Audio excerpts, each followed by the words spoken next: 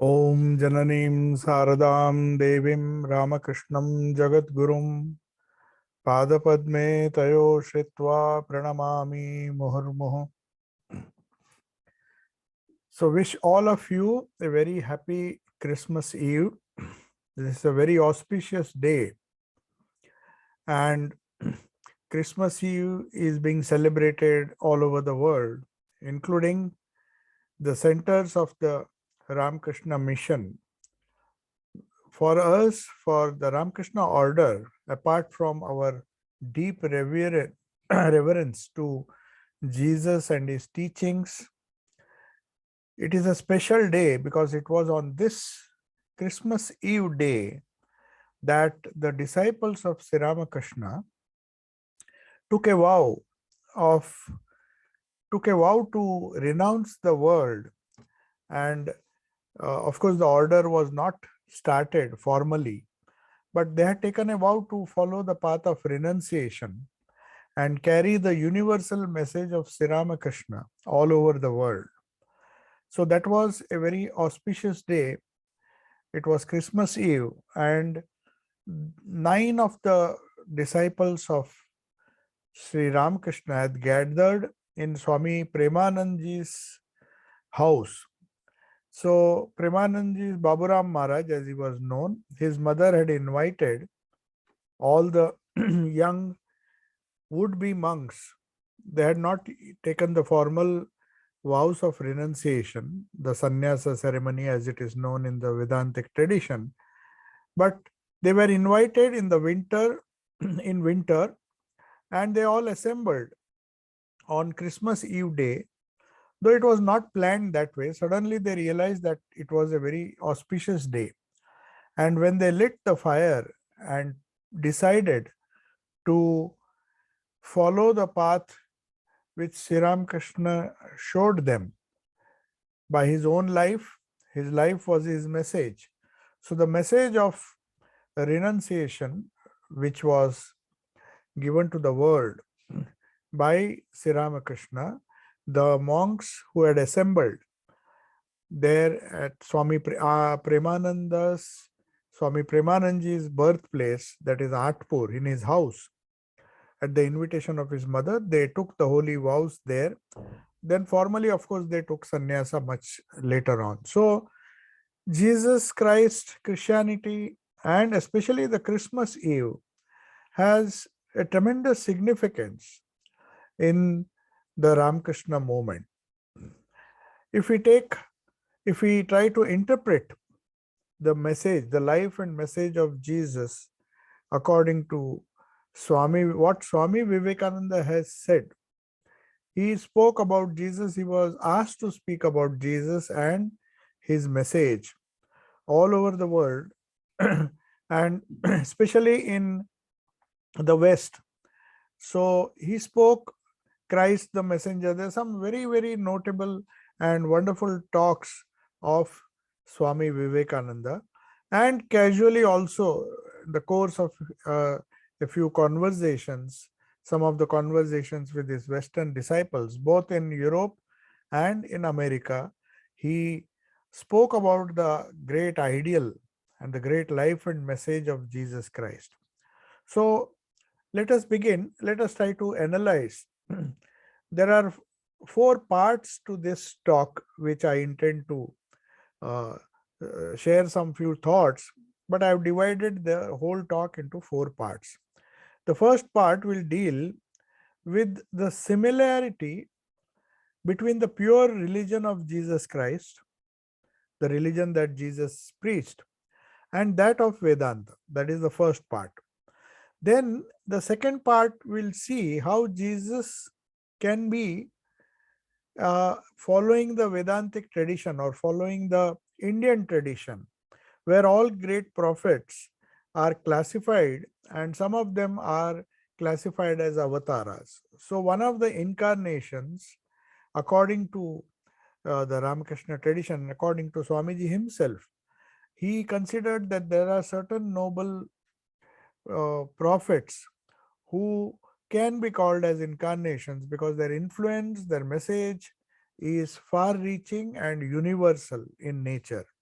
So there are quite a few incarnations in the Hindu tradition. Anybody, we have discussed that in the Great Master class in on Thursday, how Swami Shardanand tells us that the ideal of the rishi, the ideal realized person, but the classification of these rishis and these great spiritual personalities later on in the Puranic age led to the concept of avatara, a soul or a special soul who has a capacity to redeem all the lesser jivas or the lesser souls who are struggling to get rid of the bondage and reach the goal of life. Certain souls come periodically.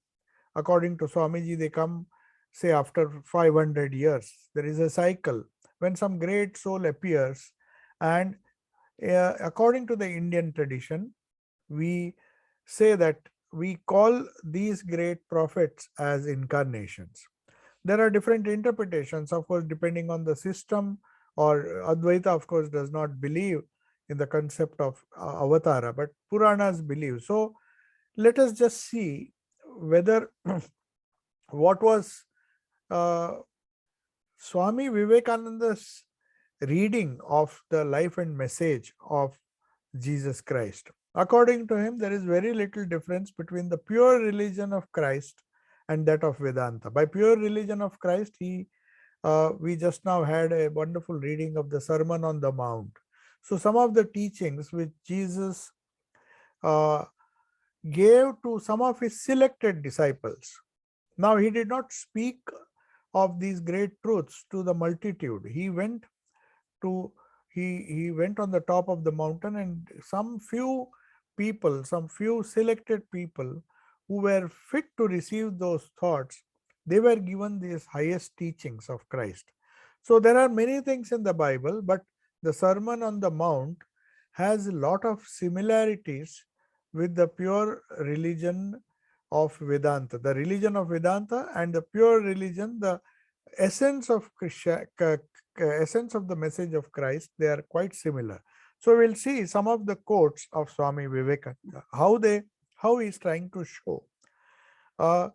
Swami Vivekananda once said that Jesus himself said, we saw just now, that the prophets come to fulfill and not to destroy anything. They don't want to change the order.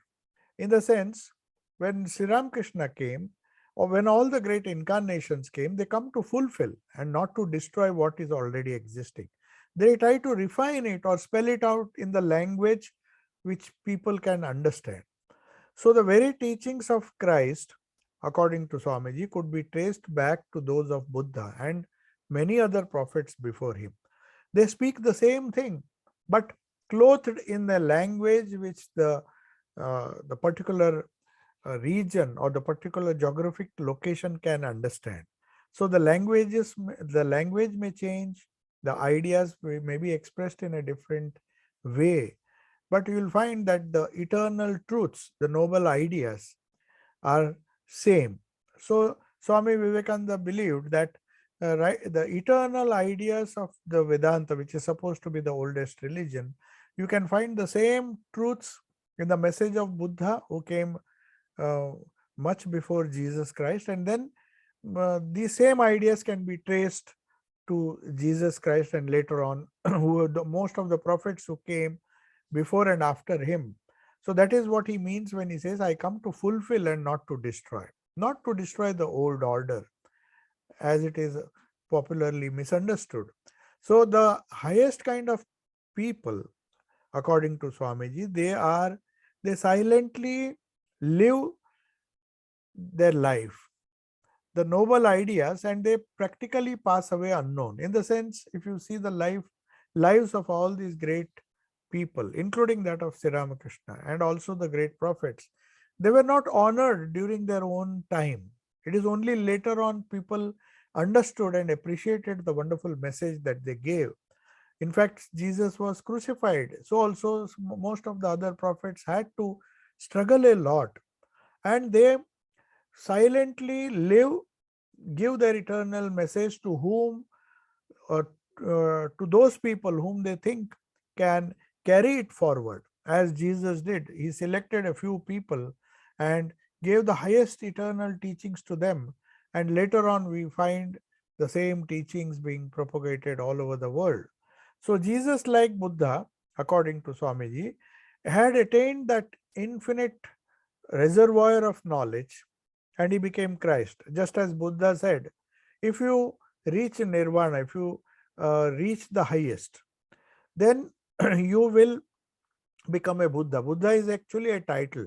His name was Gautama, Siddhartha.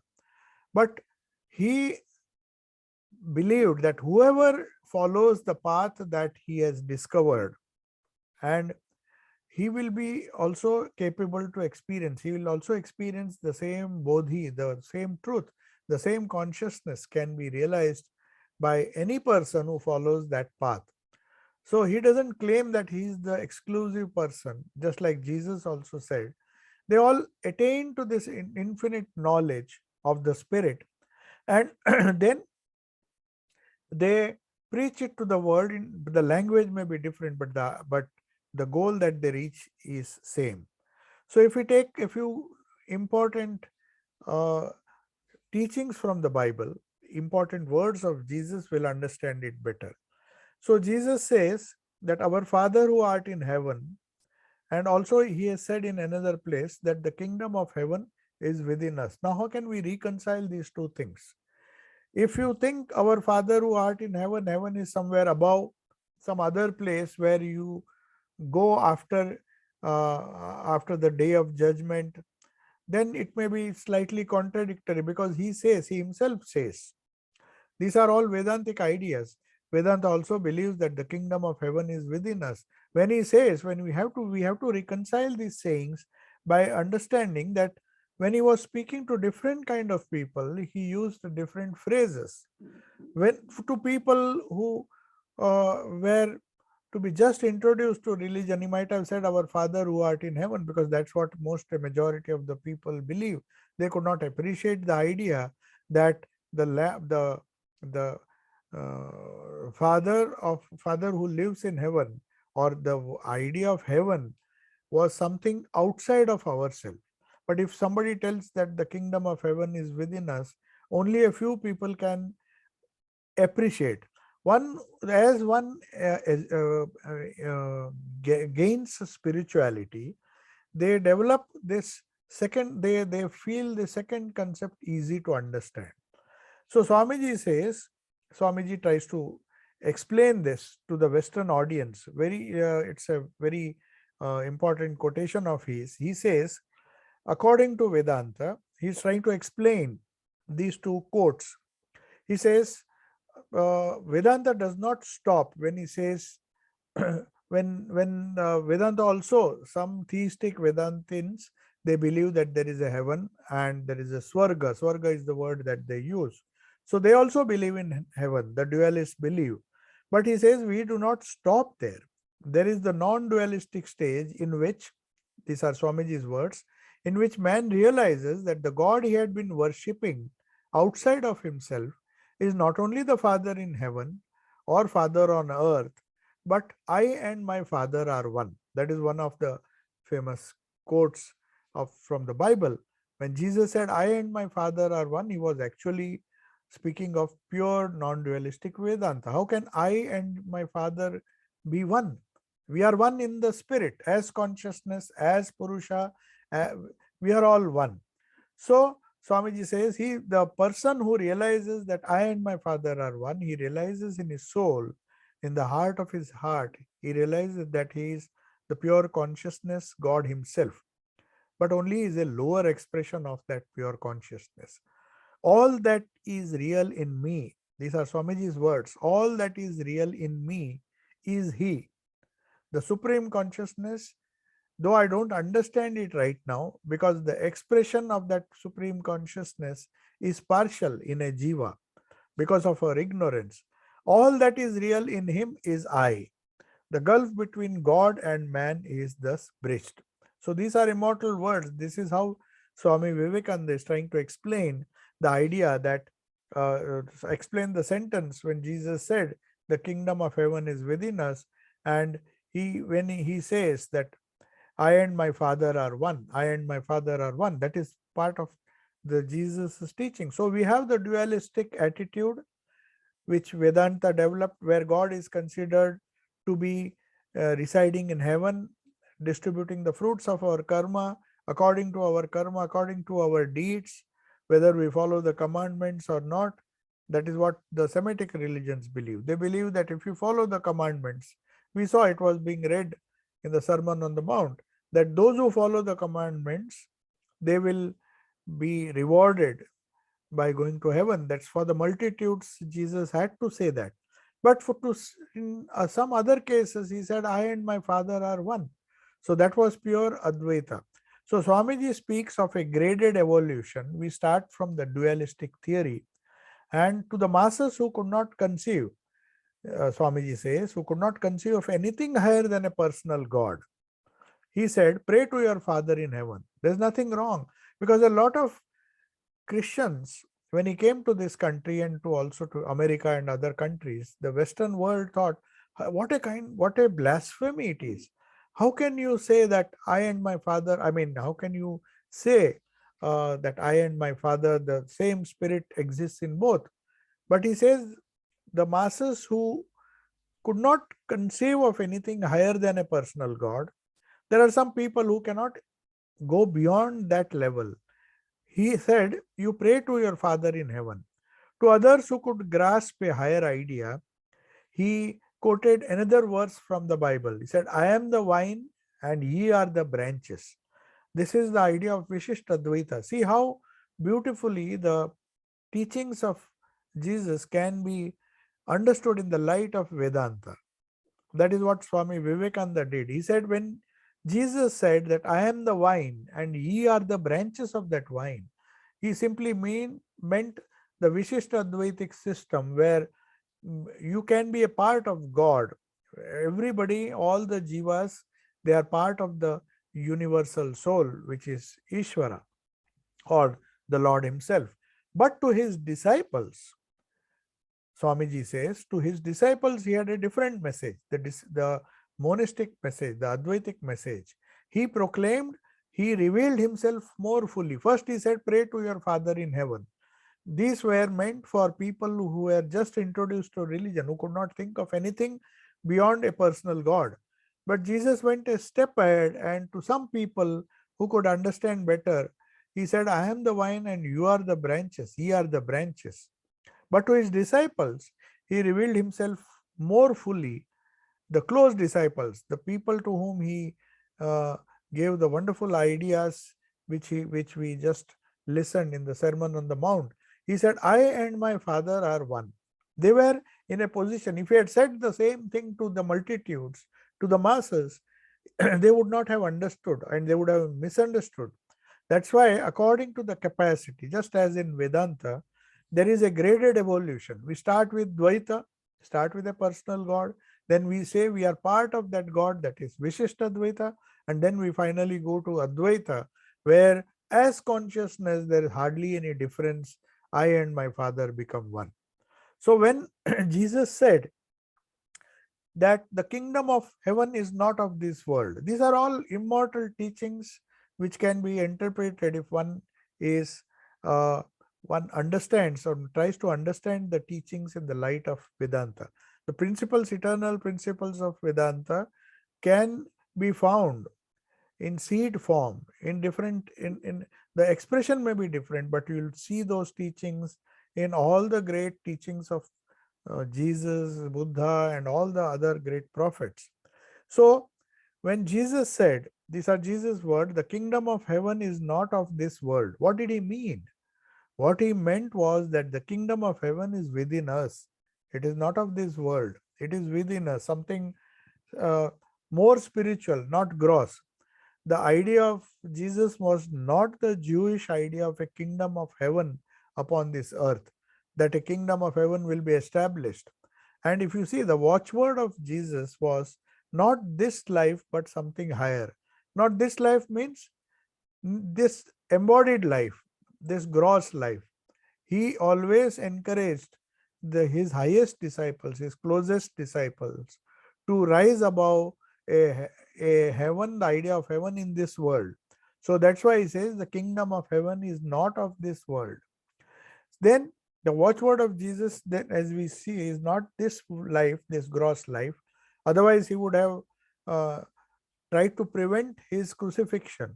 He knew that this body, this life, this gross existence is worthless. Otherwise, he would not have. He had realized himself as the pure spirit, so he had the courage to even bear the crucifixion and all the struggle that he had to undergo. So Jesus had no other thought in life, as Sri Ramakrishna, that he was a disembodied. They had nothing to do with the body, unfettered and a unbound spirit. He was always considering himself as the pure spirit without any embodiment. Is a disembodied. When we say that we are the spirits, we do not refer to the body, we do not refer to the prana, we do not refer to the other subtle aspects of our personality. They will come and go, they are not eternal, but the spirit alone is eternal.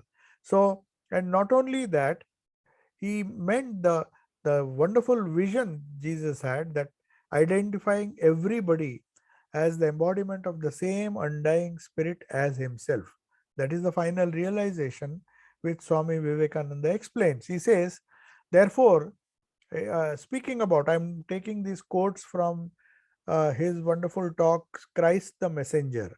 There he says, therefore, the one work of his whole life, Jesus' life, was to call upon the people to realize their own spiritual nature. Give up, he says, Jesus says, these superstitious dreams that you are low and that you are poor. Think not that you are trampled upon or tyrannized over as if you were slaves. For within you is something that can never be tyrannized over. So when he said, uh, are you the king? What he meant, he was the king of the empire of the spirit. So he never believed for a moment. Otherwise, he would not have taken, he would not have allowed himself to be crucified in such a wonderful spirit. He says, within you, Jesus, this is what Swamiji says, that Jesus used to believe that uh, nobody can tyrannize over our us as if we are slaves. For within you is something that cannot be tyrannized over, the spirit. Never, it can never be trampled upon, never be troubled, never be killed. You are the sons of God, immortal spirit. That is the message of the Bhagavad Gita, the second chapter of the Bhagavad Gita, where the Lord says you cannot be killed. Krishna is telling Arjuna. So you see the similarity in the message. So he says, no, he declares, the kingdom of heaven is within you. I and my Father are one. So if one cleanses oneself, one becomes pure. Blessed are the pure in God, pure in heart, for they shall see God. What did he mean? That you clear yourself of all the grossness that is clinging to you, and you will be able to establish or identify. The kingdom of God is already within you. One has to identify it. But how can you do it? You have to cleanse, you have to purify yourself. So the path was the same. What Vedanta says, Chitta Shuddhi, Jesus says, blessed are the pure in heart, for only they shall see God.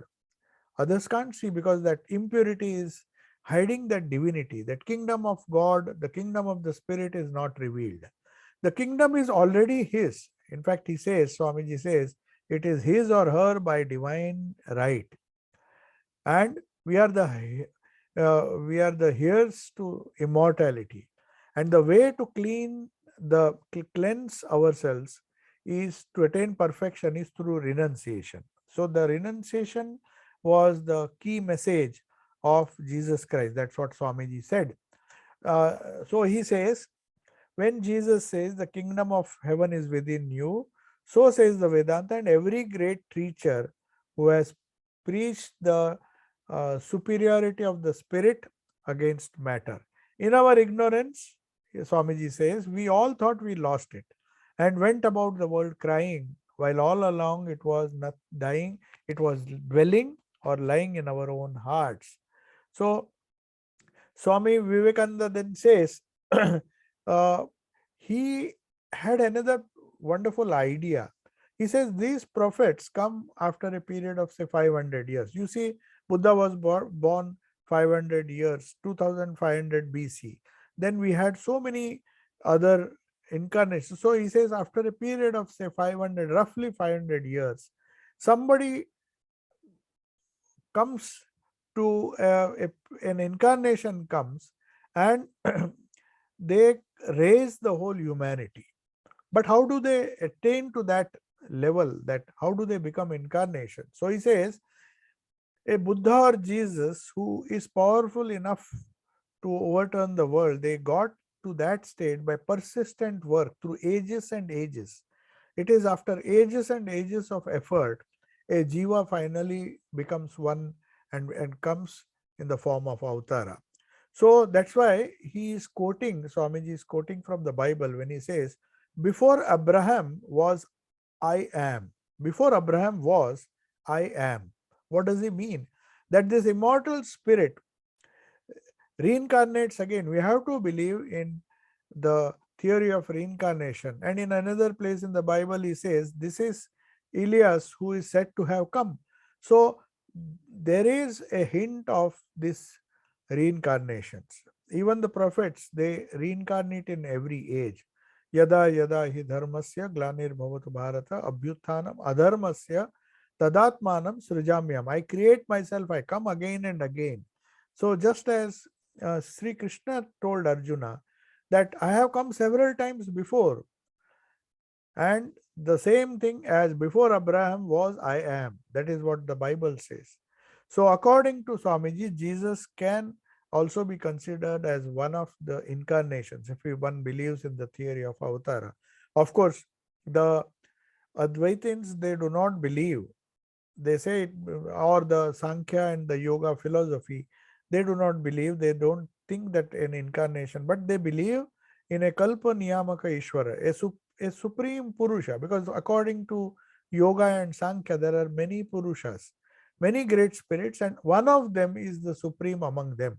So even they, though they don't use the word incarnation, they say there is a supreme soul compared to the ordinary jivas, ordinary purushas, a supreme purusha who assumes the role of an incarnation or a ruler, kalpa niyamaka ishvara, one who controls the destiny of the different souls in one particular age. Kalpa means a age. So in every age, say there is a degradation in the spiritual life collectively. Individually, there may be great saints in every age, but sometimes collectively you will find adharma. That is, collectively there is a degradation of the spiritual values. Then an incarnation alone can lift the spirits of those people. So whenever an incarnation comes, as Swamiji said, when Sri Ramakrishna came, the Satya Yuga began. So he might have said the same thing. And to quote Swami Vivekananda, he said it can almost be demonstrated that after each 500 years the world sinks and a tremendous spiritual wave comes, and on the top of the wave is a Christ or a Buddha. So he had a particular fancy that the same reality, which was known as Buddha, they come as different prophets. So Zoroaster, Moses, Jesus, Muhammad, and many other great prophets, according to Swamiji, they, just as in the Puranas, we have different manifestations of the Supreme Spirit. They come as the supreme manifestations of the eternal Spirit, and they possess these qualities. So we come to another quote of Swamiji which establishes this idea. And this is, he said, in context of trying to explain why Christ is respected in the Vedantic tradition. Then he says there is much difference in manifested beings. This is the Sankhya idea that you can't say that Prakriti is same. Prakriti manifests herself in different ways. You can't say all, though it is a very good phrase but it never happens. You can't say all men are born equal, though some people like to have that idea, but that idea really is, as a matter of fact, that idea is not true. So Swamiji says there is a lot of difference in the manifested beings. As a manifested being, you can never be a Christ or a Buddha. Out of clay, he gives an example. You can manufacture a clay elephant, or you can make a clay mouse. Soak them in water, they all become one. So as clay, they are one. But as manifested beings, the clay mouse cannot be the same as the clay elephant. So that is the popular idea that Vedanta proclaims, and that is why they say, as clay, Swamiji says, they are all eternally one. But as fashioned things, when they come under the purview of Maya or the purview of Prakriti, they become fashioned, they become manifested as different beings, and they become eternally different. The absolute is the material of both God and man. This is a typical Vedantic idea. When Jesus says, I and my Father are one, what he meant was that as an absolute reality, the omnipresent being, we are all one. But as personal beings, if we consider God to be a person, then God is our eternal master and we are our eternal servants. We can never become one. So you will find all the three types of teachings in the Bible, in the message, life, and message of uh, Jesus, Buddha, and all the prophets. Swamiji says that these great sons of God, the Atman is the pure intelligence, the Atman or the pure Brahman is the pure intelligence or consciousness controlling and directing the prana which is part of Prakriti. And when that intelligence, that prana and the koshas, different koshas, when they become perfect, Swamiji says, when the intelligence or the knowledge or the consciousness becomes perfect, we get an incarnation. So he says, the Jesus, like many other prophets before him and after him, uh, they were perfected beings. And one of their main characteristics is that of an avatara or an incarnation is that they are perfectly unselfish. If there is any form of selfishness, then you'll come to know, you can come to the conclusion that they cannot be teacher of teachers. They can't be called as incarnations. One of the characteristics of an incarnation, there are many characteristics. One of them, according to the Puranas and according to Vedanta also, that one of the characteristics is that they live in the world of spirit. Matter cannot touch them. They are totally disengaged or disconnected with though they live, they are surrounded by matter, but matter can never touch them. They are eternally free. And the second thing is, because of this the eternally free nature that they possess, they cannot be selfish. What is selfishness? Selfishness is clinging on to the gross at the expense of the spirit. If you think the gross is more important than the spirit, you become selfish. Selfishness has a very simple definition. You think your money is yours, you think a limited part of the universe is yours, and then you become selfish. Then you cannot become an incarnation, because the incarnation doesn't even care for his own body. The moment you renounce everything, the moment that I, which is the last thing a person renounces, the ego goes, the asmita as it is explained, avidya goes, the ignorance goes, and you become one with the universal spirit. And that can come only to a perfectly unselfish person. So Swamiji says, if as an Oriental, somebody asked him, how do you look upon Christ? So he says, if I as an Oriental have to worship Jesus, then there is only one way left to me. As there is only one way left to all the Orientals. Whenever they take these prophets, they elevate them to the position of an avatara. And as a result of that worship, though it is a dualistic way, they don't worship him as spirit, but at the same time, they consider him that he is a manifestation of God. You cannot worship anybody thinking that he is lesser than that. If he is not a perfect manifestation of God, then that worship will not benefit you. So when these are thought of, these great ones, they manifest in our souls and they make us like unto them. So when you continuously meditate on these personalities who have attained freedom, we become free ourselves. Our whole nature changes and we become like them. What is the idea? We assume the characteristic or the nature of the persons on whom you meditate. Suppose you like a footballer, somebody is obsessed with football, so he'll be constantly thinking of football, idolizing that person, and one day perhaps he may become a great footballer. You see, most of the sportsmen or these great achievers, they considered somebody who had excelled in their field as an ideal. And slowly, over a period of time, that intense desire to become like them transformed them into a footballer or a sportsman or something else. So, mere worship of Buddha or Christ as an ordinary human being will not serve the purpose. We have to consider them that they are the supreme. The, these incarnations are manifestations of the supreme Brahman or the highest reality. And if we have that faith, and if we can be justified, we can justify ourselves and have that faith, because if we see the life and message, that is the best test to see the life, not just the message. Anybody can speak great things, but has he practiced it in his own life?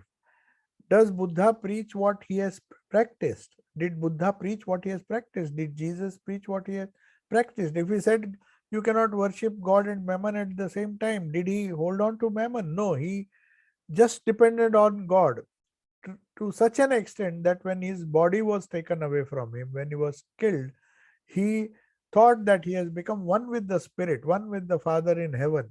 So that's why he could say, I and my Father are one. They were not empty words, they were realizations.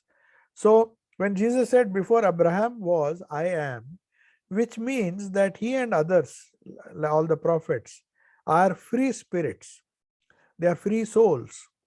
We call Nitya Mukta in our Vedanta, we call them Nitya Mukta, who are eternally free. They just come to perform the divine play. But they take their free spirits and they take human form not by compulsions of their karma or past actions, but just to do good to the world. So that's why Swamiji says about Christ, Krishna, Buddha, and all the other great prophets and incarnations. He says, they are great souls. These are the great souls. They are already free. And although they are free, they refuse to accept their liberation while the whole world is suffering. They come again and again, take a human embodiment and help mankind. All these great masters teach the same thing. So this is a unique factor. So here we come to the conclusion that if at all you have to understand Jesus Christ and his message from a Vedantic perspective, like all the other incarnations, that is why the Hindu or Vedantin has no problem. He can consider every prophet as an incarnation, as long as he expresses the universal, undying, eternal spirit. So Vedanta takes in everyone, even a person who believes in heaven or a father in heaven, it's okay. He says you start with that, but don't stop. You just go. Just as Christ, Buddha, or all other prophets have shown us, you have the freedom to choose your Ishta. There's no necessity. According to Vedanta, you can choose your own Ishta, whether you choose Christ or Buddha. It doesn't really matter as long as you consider them as manifestation of the eternal principles. And because we know the life and message of these great prophets, these great incarnations, we are fully justified in considering them as role models who will give us that freedom that we are seeking, because they themselves were free. And he he says, Swamiji says that uh, he tells the Christians when he came to this country, he said, if we don't have anything against Christianity, because in those days there was a lot of comparison and he did not like, his spirit was too universal. Swami Vivekananda, when he came to this country, he saw that there was an unnecessary clash between different denominations within the same religion, between different religions, because they did not perhaps understand fully the messages, the life and messages of their own prophets. So he says, he requested, he pleaded to Christians, he said, go back to Christ. So he says that he has nothing to preach against any prophet. When he was asked, what is your opinion? How do you look upon uh, Christ or any other prophet who does not belong to your own religion? He says, no. He says, you take there's no harm in taking different prophets and considering to be the incarnations of God, as the Hindus do. But along with that, he's telling Christians that along with Jesus, you take all the other prophets also. Why be exclusive? The Vedas always say that as many paths, and Sri Ramakrishna also said that whatever path one took to reach the eternal, those they finally lead to the same goal. So the Vedanta, the supreme teachings, eternal teachings of the Vedanta, uh, which are preached in every age by different incarnations, they add something, or maybe they express it in different ways. That's why Swamiji says that Christianity, just as Christianity cannot stand without Christ, Buddhism cannot stand without Buddha. That is the traditional Semitic interpretation of Christianity and Buddhism, because these religions were founded in the name of the particular prophet. So they have developed their theology in such a way that you cannot imagine Buddhism without Buddha. You cannot imagine Christianity without Christ. Whereas Hinduism stands independently of any man or prophet. Whether you accept Krishna or Rama or Ramakrishna, or you accept anybody else for that matter, it really doesn't matter to the Vedantin. Hinduism stands independent of these things. So if a true Christian, if he accepts Christ, and he also accepts that the same power which appeared as Christ, the same eternal values which were eternal values of the superiority of the spirit as against matter, which were established by these different prophets, if they are considered, then they should, all the religions in fact should accept that religion should not be based on persons but on principles which they spoke. So that's why Jesus compares himself, and he says, before Abraham was, I was, I am. That means that same spirit, that same eternal principles, they don't die. They, whenever there is a need, these eternal principles manifest in the form through certain personalities, but these personalities are incidental, they are not essential. They are incidental just because this time Swamiji himself said Sri Ramakrishna could have chosen anybody to preach his message, but because it is incidental that he chose me, but as a person I am insignificant. These eternal prophets can choose anybody. So Swami Vivekananda, he says the religion which is based on principles becomes eternal. So a Christian should retain the essentials of Christianity, which according to Swamiji are the teachings of the Lord Jesus. So the Hindu, according to Swamiji, he says a Vedantin or a Hindu will never attack the life of Jesus. He would rather respect the wonderful eternal teachings which he delivered on the Sermon on the Mount. But he says this, this trend of accepting the eternal principles and not the person will make a Christian or a Buddhist or a Hindu very liberal. If he believes in the person and does not focus on the principles or the teachings or the message of the person who gave that, the eternal incarnation who gave those messages, if he focuses more on that, is why when he came to the West, many of his Guru Bhais and other disciples in India misunderstood Swamiji. They said, why didn't you preach Sri Ramakrishna? Normally one would expect to preach one's own Guru or Master. He just spoke of the universal ideas of Vedanta. Then when he was pressed a lot, why you don't preach your master, to whom you attribute so much? He says, without your master, he had so much bhakti, and he said, I am nothing. It is my master who made him. Then why didn't you preach about Sri Krishna? He hardly gave one or two talks, but he spoke a lot about the principles of Vedanta. He spoke about other religions. He spoke of the eternal principles of different religions, but he hesitated to preach a personality. So that's why he said, he said, we Hindus, if I had preached Sri Krishna, then the Christians and the other religious people who base their religion upon a person, who will say, oh, we have our own prophet, why should we worship you? But if you say it's not the manifestation, or it's not the personality that is important, it is the idea that is important. So that's why Swamiji quoted from the Bible. If you see the inspired talks which he delivered in Thousand Island Park, just like the Sermon on the Mount was delivered to a few chosen selected disciples, Swamiji was tired. He says, I am tired of lecturing to thousands and thousands, a big crowd. I just want to go to a quiet place, select a few people, and speak the highest truths to them before I pass away. He knew this time was coming near, so he went to Thousand Island Park, a beautiful island, where one of his disciples gave him a cottage, and in that cottage, they some selected 12 people had gathered, and he started those inspired talks. Now they have been published as inspired talks. One of the disciples recorded what was he took different books on different days and spoke about the essence of that book. So in the beginning itself, he brought the Bible and he commented on the verse.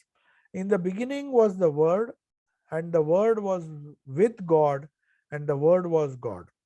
So when Swami Vivekananda says that what Hindus call the Word, what does Jesus mean when he said in the beginning was the Word, and the Word was with God, and the Word was God? Now what can a ordinary person make of this statement? What do you mean by the Word? And what was this Word which was with God? And how can the Word itself be that same God? So it's very difficult to understand these great truths. But Swamiji explains it, because if you have the Vedantic background, then you'll understand. In the beginning was the Word. These are statements, these are the messages taken from the Bible. Perhaps many of the people would not have understood what Jesus meant. These are the eternal principles of Vedanta. In the beginning was the Word was with God, and the Word was God. So Swamiji says, interpreting this verse, he took this verse and he gave a wonderful talk that day, the first talk he gave, which forms the series known as the Inspired Talks. So he says, the word, which according to the Hindus is nothing but Maya, the Prakriti, which is the manifestation of God, because it is the power of God. So through the word, he manifests this whole universe. The word has two manifestations, the general one of nature or Prakriti, and the special one of the great incarnations of God like Krishna, Buddha, Jesus, and Ramakrishna. The absolute is unknowable. We can only see it, an ordinary man can see it only through the incarnations. That is the meaning, which are the manifestations of the absolute. So we see the Father through the Son. Jesus Christ, that is what Jesus also said. Jesus Christ was the personal God who had become man. He has manifested himself many times. That's what Swamiji says, in different forms. That's what Vedanta believes. And these alone are what you can worship as a personal God. God in his absolute nature, as Brahman, as you cannot be worshipped, because you can worship only the incarnation, the manifesto. In the beginning was the Word was with God, and the Word was God. So the Word was God, but then when it manifests itself as Prakriti, as this created universe, then you can grasp him. Then you can use the words Father in heaven and all those things, the kingdom of heaven. All these things comes when we have to accommodate the gross universe that we see. But when you understand that the word itself has come from God as absolute, That is what Jesus meant. So Swamiji also mentions one important thing, that Hinduism, there is a concept of Trinity, which is very much like the Christian Trinity. Though God as the absolute is unknowable, still we describe him as Satchidananda, the Trinity. First is existence. Now, how Swamiji is trying to compare the concept of Satchidananda with that of the Christian theory of Christian Trinity, which according to the life and message of Jesus, we try to understand. First is existence, second is consciousness or knowledge, and the third is bliss. Very much corresponding to the Christian idea of Father, Son, and the Holy Ghost. Now, Swamiji has compared these three things. In the Christian tradition, you say one is the Father, the Son, and the Holy Ghost. So, Father is the existence, or the Sat is the existence out of which everything else has come. Nothing can come from non-existence. So, his nature, the Father, the Holy Trinity of Christianity is the Father, the Son, and the Holy Spirit. So it has to be understood. Swamiji has explained to us. This is how it is to be understood. First, he says there is existence, which can be compared to the concept of Father in Christianity. Then it is the existence out of which everything has come. God was everywhere in all beings before Christ was even born, before Buddha was born, before Krishna was born.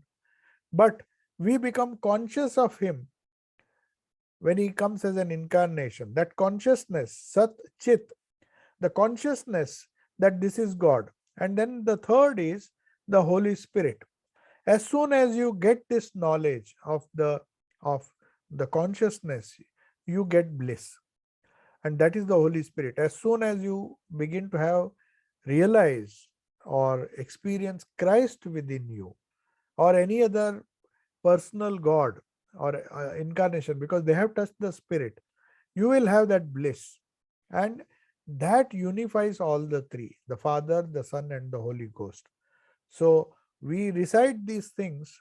It is taught that the Holy Trinity, but the Holy Trinity of Swamiji established this wonderful parallel between the Holy Trinity of Satchidananda, though is the absolute cannot be known by the ordinary mind, but a reflection of that absolute. Certain qualities as we approach that infinite consciousness are these three things: existence, knowledge, and bliss. Existence, knowledge, or the consciousness of the reality, and that which gives bliss. So that is how the Father, Son, and Holy Spirit, the Trinity as it is described in the Christian literature or in the Bible, has been explained by Swamiji. So when we see in this manifested universe the absolute as really relative, we see this Satchidananda as the Trinity, the Father, the Son, and the Holy Spirit. Sat is the creating principle, Chit is the guiding principle or the knowledge principle, and Ananda is the realizing principle, which joins us again to that one.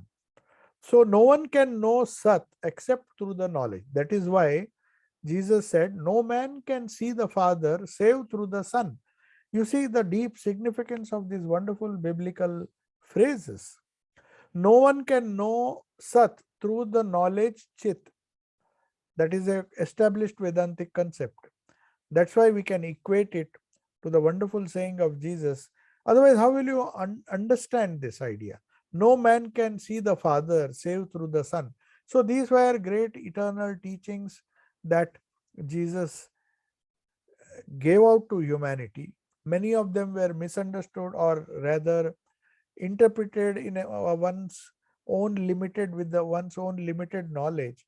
So with the help of Vedanta, with the help of great prophets, great prophets like Sri Ramakrishna Swami Vivekananda, who again incarnated to explain these eternal truths, we can get a hint, we get a wonderful hint as to what really these wonderful biblical teachings mean.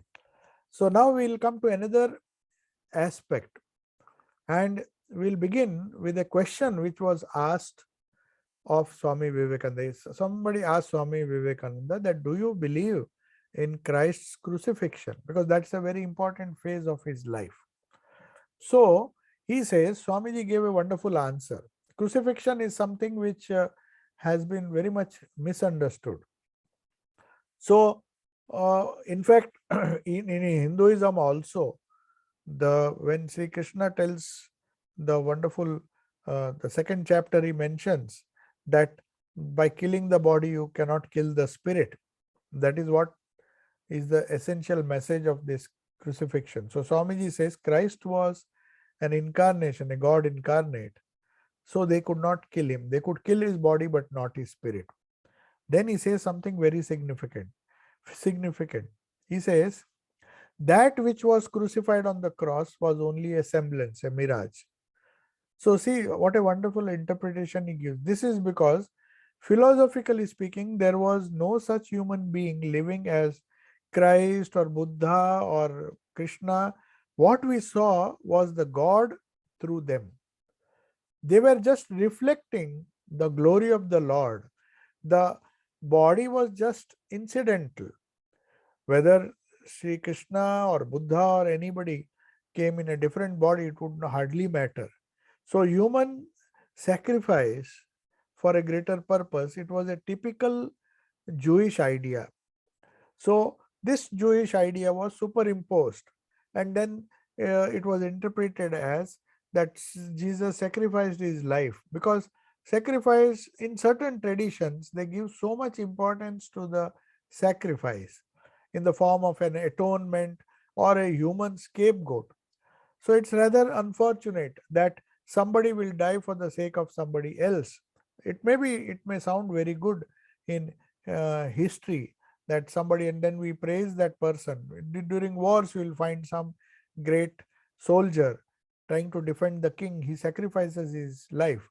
So this human life, so the idea that Jesus sacrificed his body for the sake of others, that though it can be interpreted in a different way, but that is not the truth according to Swamiji. Said the crucifixion or the death of an incarnation. That is why in the Hindu tradition or the Vedantic tradition, not much is made of how a incarnation gives up his body. Very hardly anything is known about Sri Krishna. Sri Krishna was shot by a hunter and he casually gave up the body, but it is not glorified.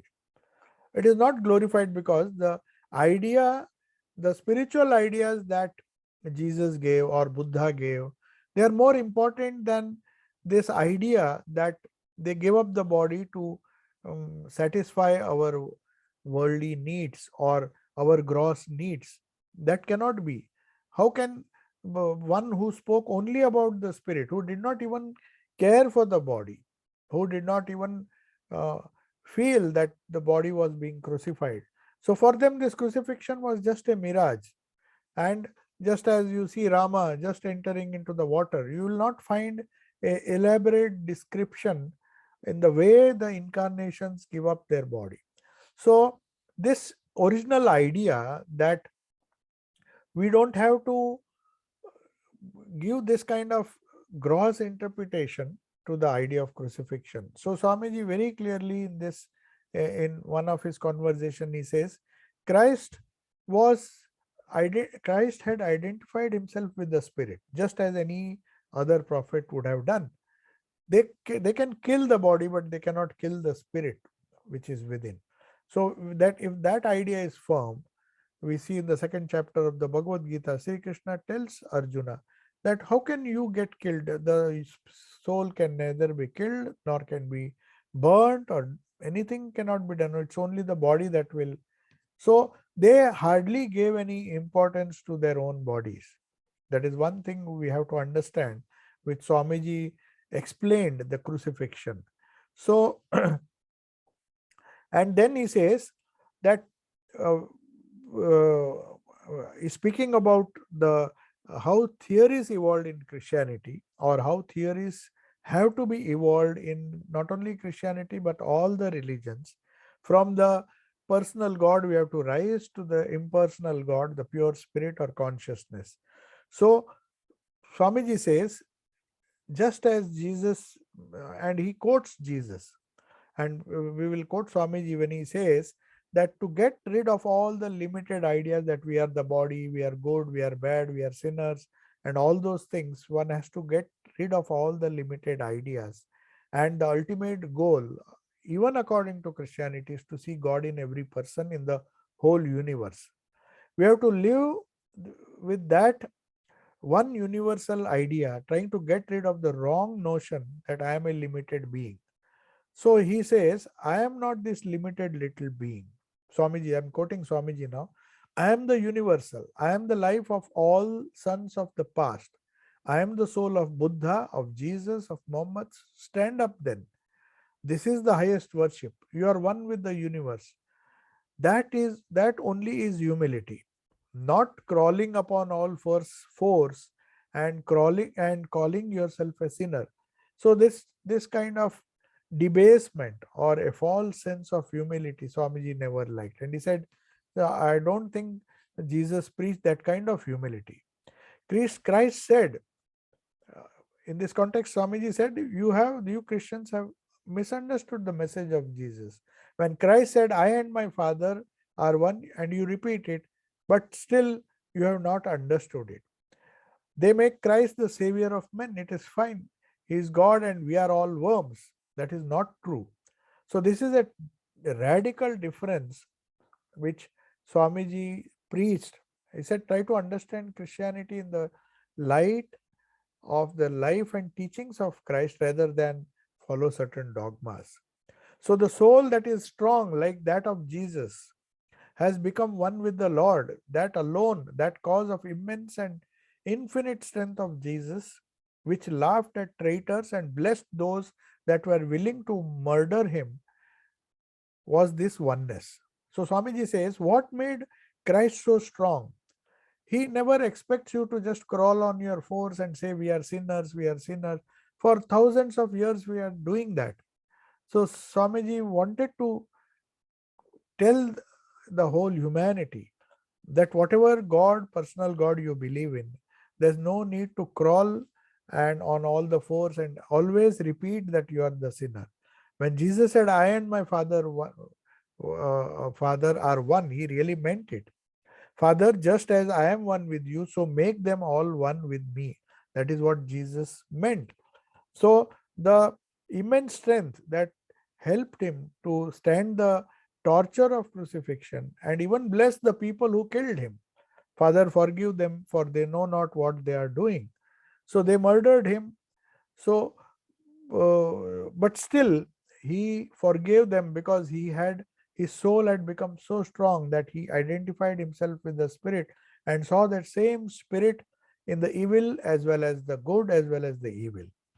So this is a very important idea, and Swamiji believed that the religion which Jesus Christ preached is the progressive realization of the spirit within and not the belief in any dogma or doctrine. The Christians believe, Swamiji says, the Christians believe that Jesus Christ died to save men. With you, it is a belief in a doctrine, and this belief constitutes your salvation. But with the Vedantins, this doctrine has nothing to do with salvation. Each one may believe in whatever doctrine he likes or in no doctrine at all. Whatever Christ or Moses or anybody else did, or Krishna or anybody else did, does not help us in the least, except it inspires us to urge to go forward as they did. So according to the Hindus, or according to Swamiji, the way he interpreted, they have no theory of redemption in their religion. And if one feels like Christ, if one feels like Buddha, he will be a Buddha. That's what Buddha also said, Atma Deepo Bhava. He didn't tell Ananda. Ananda was crying when Buddha was about to give up his body. He was sick, he was lying down, and Ananda was crying. So the last words he uttered was Atma Deepo Bhava. Be a light unto yourself. You can't just hang upon me. You have to realize yourself all the truths. If you really follow me, if you really respect me, then you have to exactly follow the methods which I follow. So Swamiji said that these great prophets, they come to show us the way, they show us the path, and their message, their life is their own message. And in living the message as they did, that constitutes true spirituality. So I have taken a lot of your time. I think I'll have to conclude, and we will conclude for today, but there are a few questions. I'll just see if I can answer them. Otherwise, tomorrow and day after tomorrow, we have 2 classes.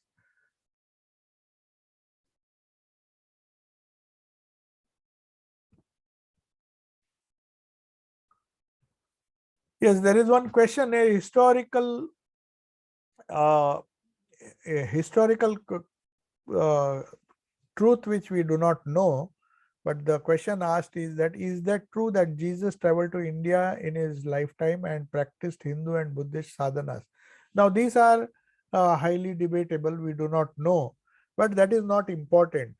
In the cosmic mind, these eternal thoughts vibrate. Whether you live in the East or in the West, any part of the world, if you raise yourself, if you are really keen to know these spiritual truths, you don't have to go to a geographical location. You don't have to go to India to learn Hinduism. You don't have to go to Bethlehem or Jerusalem to learn about Christianity. The essential principles of Hinduism, Vedanta, they do not depend on the historicity of persons. Whether Christ was born here or if he was born somewhere else, that does not take away the greatness of his message and life. That is why when people criticize that in your Hinduism there are so many gods and then so many histories, they are not factually correct. Sometimes they even the same can be said about other religions. Histories, the historicity of all these great prophets, they have been altered over a period of time. So we do not know, and it really is not very important. It's Christ's message that is more important than if the message conveys, if the life as described by his disciples conveys, supports or satisfies the conditions of his own message, or in other words, if his life is a reflection of his message, then we have to accept it. That is the idea behind the writing of great master. Swami Shardanandji was told by Swamiji that you see that Sri Ramakrishna preached certain truths. If there is any incident in his life which contradicts what he preached, then don't take it. There is something wrong. That version, if somebody is quoting it, even if he quotes it, because Sri Ramakrishna, Swami Vivekananda had very, very keenly and observed that whatever he spoke, if he had not practiced or experienced it, he would not speak about it. So if somebody says Jesus said this, or Buddha said this, or Sri Ramakrishna said this, or somebody proves that he went to India or he went to Tibet or he learned some Buddhism, it really does not matter, because these prophets don't have a copyright.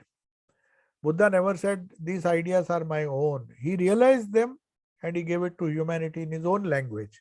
And he said, you too can do it. He told his disciple. So the historicity of a prophet, whether you establish it or not, it doesn't take away anything or the essence of the message that he gave. It is the message that we have to meditate upon the life, which is the message which is the life. If we understand it, then we can make ourselves blessed. Thank you. Om Shanti Shanti Shanti. Hari Om. Tat Sat Sri Ramakrishna Arpanamastu.